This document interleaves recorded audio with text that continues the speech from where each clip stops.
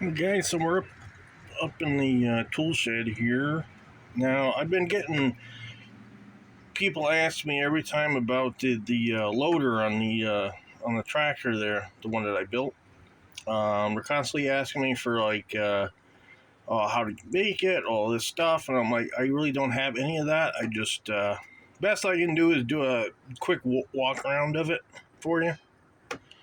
But here's some of the scrap material that I use for building it. Not real thick, because I figured if I make it, if I use too thick of a steel, the arms on the because it was meant to, move a snowblower, use a snowblower on that tractor or a mower, that it might break the mount. So I used like a thinner stuff. Plus, it was easy to weld because it's I can weld this very well with a flux core welder that I have. So that's what I made it out of. This material here, and I suppose we can measure it, I guess.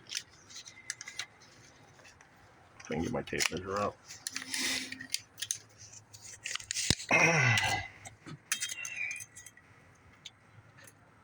2-inch.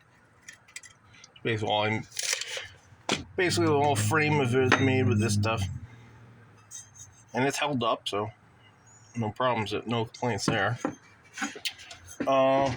So we'll take a look at that thing.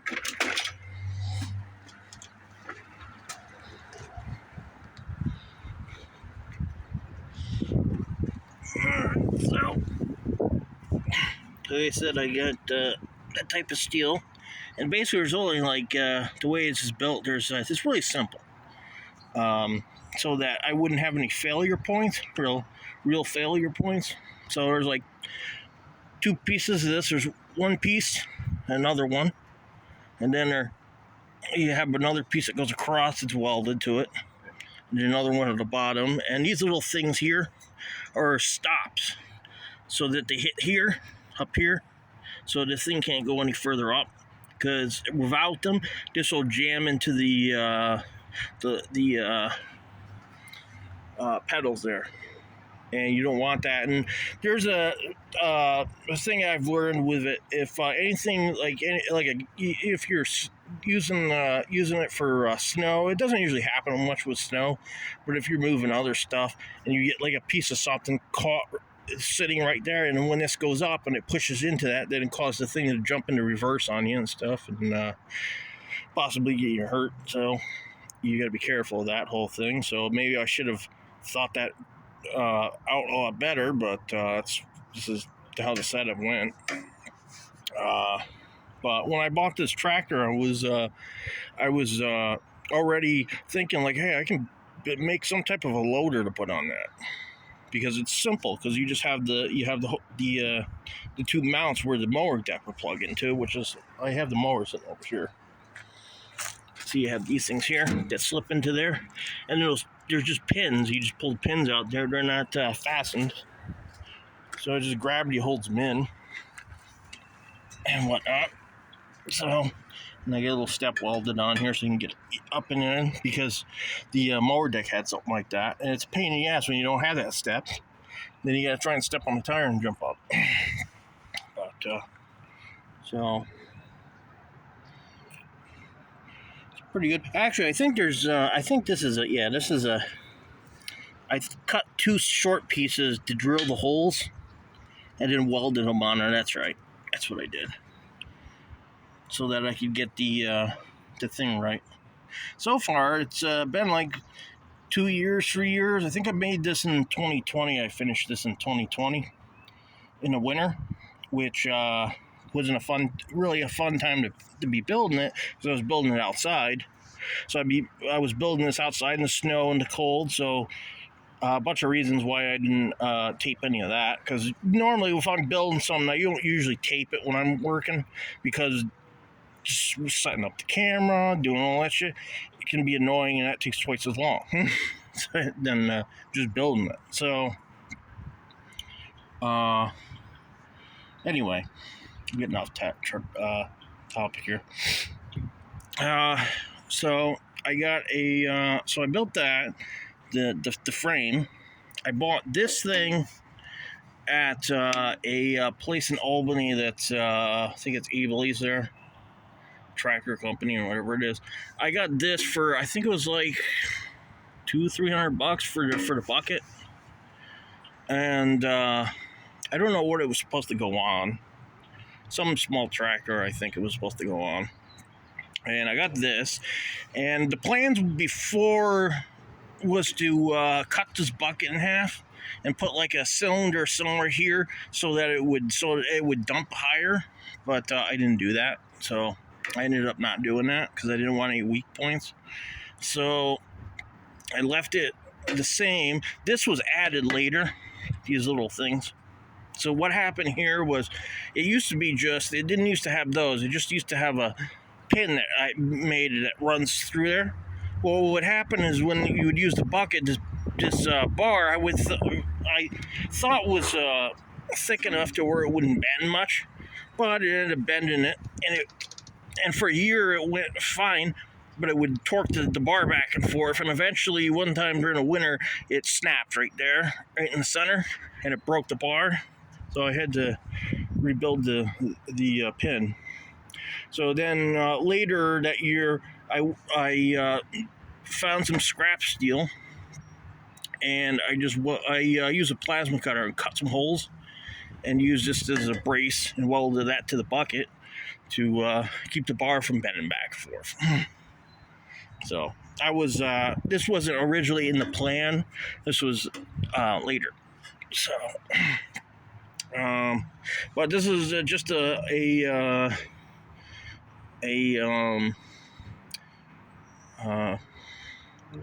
ram from if you can tell from the brand. It came from Tractor Supply. So I just looked around, got what I thought would work, and I got this one. Put this in here.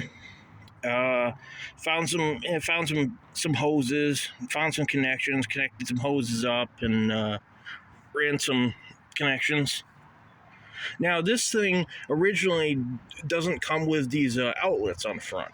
It's like not an aftermarket. It's a accessory that you have the dealer put in. But I bought the kit before the John Deere place near me closed.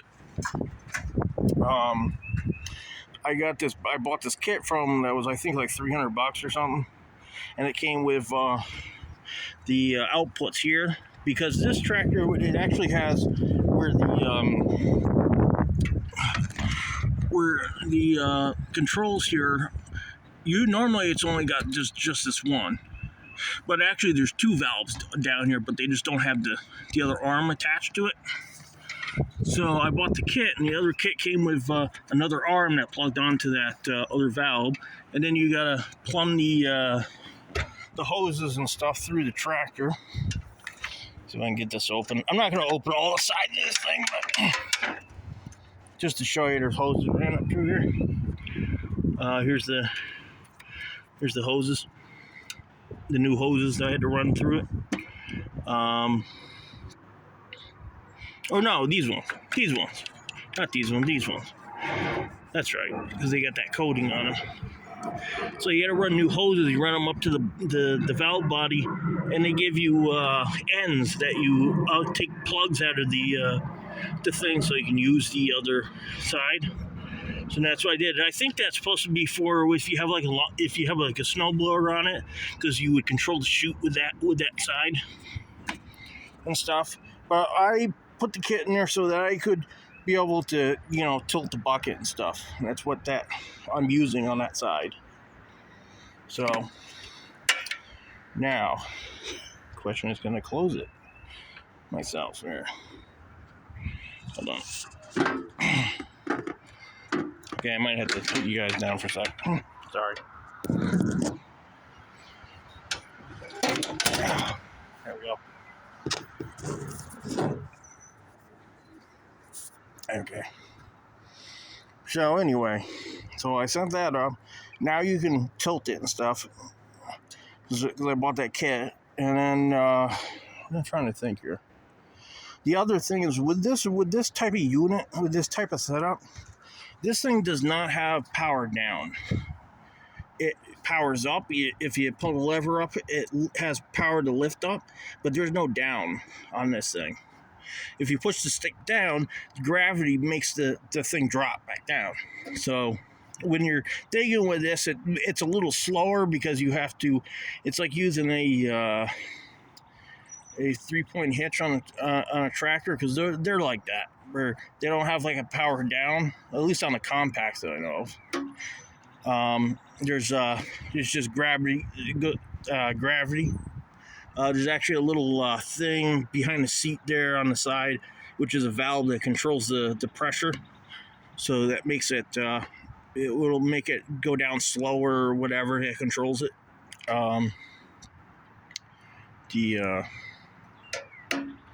Yeah, anyway. So that's the thing. So it's this thing is when you use it, you have to. It's just it's a little slower. But if you put her down and then you tilt the bucket forward a little bit, it'll start digging. So I mean, I've dug with it before. I've dug up to probably the top of the engine cover there with this thing, and you kind of have to go with it. If you're digging a big hole, like what you do is you just sort of you start and then you sort of just go down a little bit and you keep going back and forth until the hole gets deeper. That's the only way I can think of how to dig a hole with this thing, like a big hole. Other stuff I can do is just fine, but this thing works out great. Trying to explain this better, but I'm not technical, so I can't really tell you all the specs and all that shit. But anyway, so what we'll do is we'll start it up, and I'll show you how that whole thing works with the sticks here.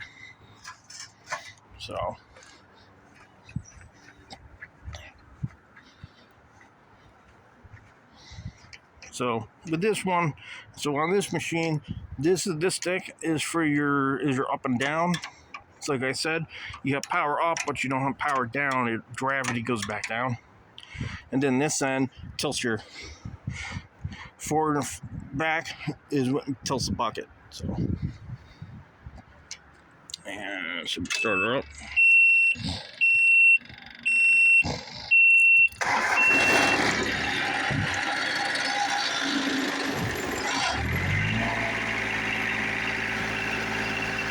I don't know if you can hear me, but we'll try here. Alright, for it to go up, we just pull it back.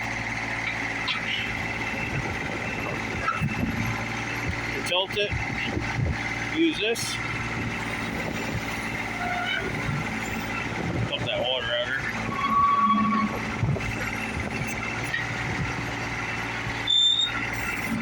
Yeah, this is your tilt. And like I said, it's got only gravity down, so when you push this forward, gravity puts it back down from the weight of the machine, the front there. But it works pretty good.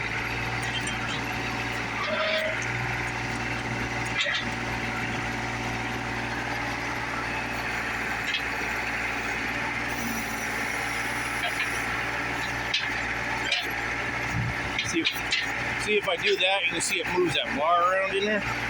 So this he used to without those things to support the bar in the center there, they would bend and it would hit the bucket and then eventually snap that bar. But I'm playing that now.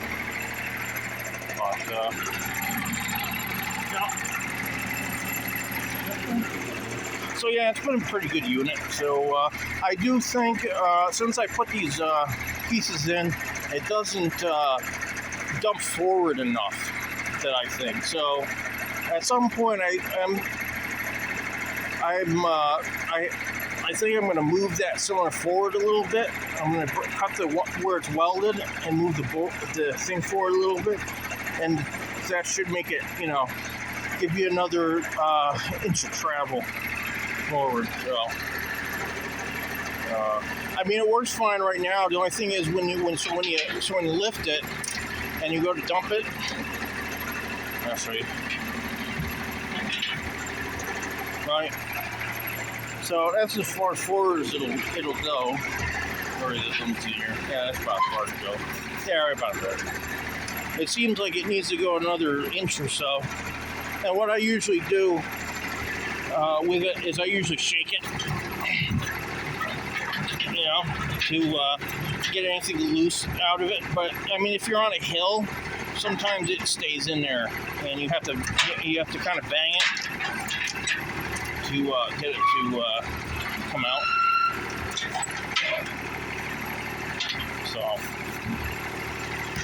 So that's about it, though. I don't know what else to go about. Let me turn it off. But I don't know what else to say about it. I mean, so that's my walk around, I guess. So for you guys that wanted to see that, but that's the best I can do for telling you how I built it, because I just don't have specs to show you and stuff. So yeah. So I'll see you guys later. Bye. I gotta do some stuff here in the yard. I'm still working on it, and as you can see over here, the mower for the 425 is still off of it, so I just need to put that on it at some point because the grass is starting to grow, and I need to clear this out. I gotta move this thing so I can put the snowblower back under here.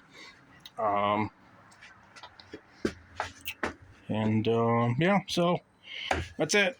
That's all I got for you. If this doesn't help, then I don't know what to tell you. So, I see you guys. Bye.